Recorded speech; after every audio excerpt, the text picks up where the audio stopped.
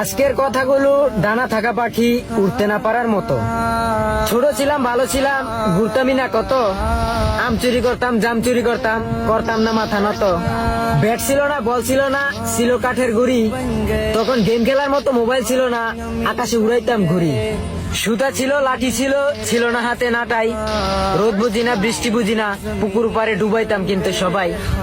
দুধ দিল না, বাদ দিল, পারতাম না যখন খেলা। একজনেরটা দেখে আরেকজন কান্না করতো যখন আসতো বৈশাখ মেলা। দল নিয়ে কারাকারি, পাড়ায় পাড়ায় মারামারি, চোখে পানি আইসা পড়তো ঘুষি আর কিলে। যতই মারামারি করি না কেন, আবার সবাই যাইতাম মিলে। সকাল বুঝি না, বিকেল বুঝি না, যাইতাম খেলার মাঠে। সপ্তাহে একদিন বাজার করার জন্য যাইতাম বাবার সাথে হাটে। এইটা মজা লাগে না, ওইটা মজা লাগে না, খাইতাম ডালদা ভাত। সকালে না খাইলে বিকালে মায় বাড়ি দিত ফাত ফাত। বাবাই না দিলে, মায় না দিলে, দিত দাদির টাকা।